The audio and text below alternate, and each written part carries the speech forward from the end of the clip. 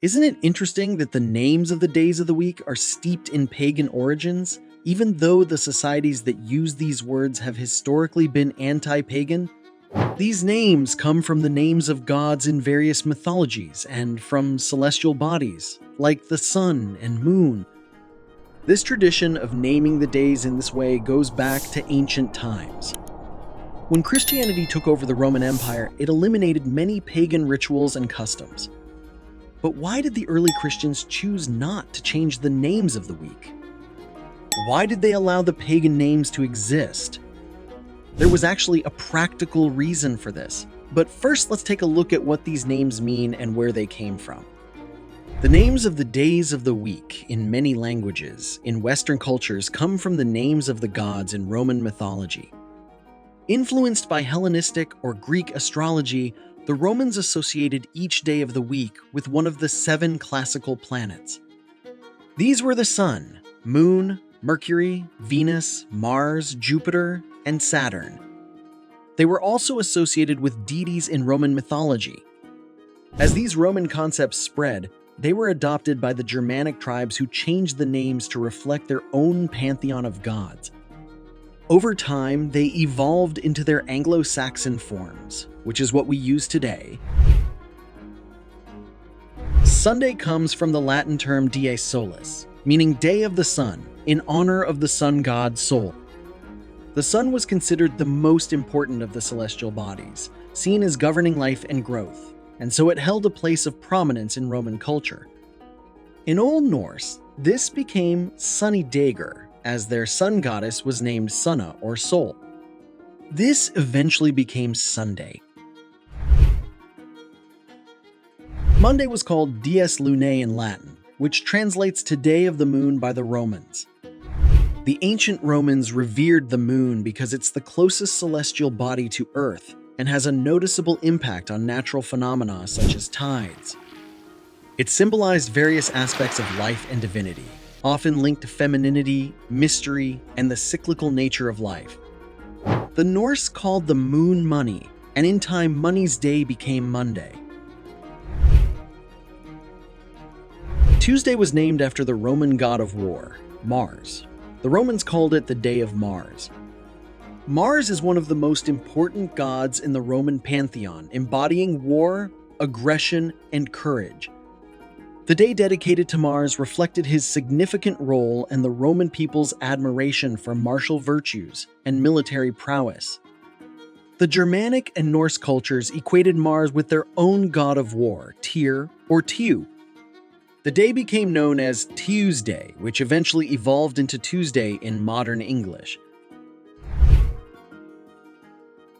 Wednesday, known as Dies Mercurii in Latin, was dedicated to Mercury. In Roman mythology, Mercury was not only the messenger of the gods, but also the patron of commerce, travel, and the guide of souls to the underworld. The Norse named it after Odin, or Woden, the chief god in their mythology. Odin and Mercury were both considered gods of wisdom and travel, which explains this correlation. So, Woden's day would go on to become Wednesday. Thursday is named after Jupiter, the king of the Roman gods. It was called Dies Jovis in honor of the great god, the equivalent of the Greek Zeus. Jupiter, which is the largest planet in the solar system, reflects the god's status as the most powerful and significant deity in the Roman pantheon. He's associated with the sky, thunder, and lightning, and his domain included law, social order, and governance. Thor was the Norse god of thunder and lightning, so the Germanic tribes called it Thor's Day. Friday is associated with Venus, the Roman goddess of love, beauty, and fertility. They called it Dies Veneris after the goddess. The planet Venus is often the brightest object in the sky after the sun and the moon, reflecting the goddess's associations with charm and allure. What's more, Venus is easily visible and a beautiful planet, which made it the perfect choice to represent the goddess of love and beauty. In Norse mythology, the day is associated with Frigg, the queen of Asgard and wife of Odin. Like Venus, Frigg was also associated with love, beauty, and fertility, and is a powerful goddess. Frigg's day would become Friday. Saturday is the only day of the week to retain its Roman origin in English. It comes from Saturni Dies, or Day of Saturn, the Roman god of wealth, liberation, and time. The Germanic peoples did not have a corresponding god, so the Roman name remained. When the early Christians began spreading their faith throughout the Roman Empire and into Germanic and Norse lands, they faced a dilemma with the days of the week, which, as we've seen, were named after Roman and Norse gods. Despite their pagan origins, these names were an integral part of daily life and culture. Instead of changing them, which would have been difficult and might have turned potential followers away, the Christians chose to keep these familiar names. This decision was part of a bigger strategy where the church often mixed pagan customs with Christian beliefs to make the religion more appealing to new converts.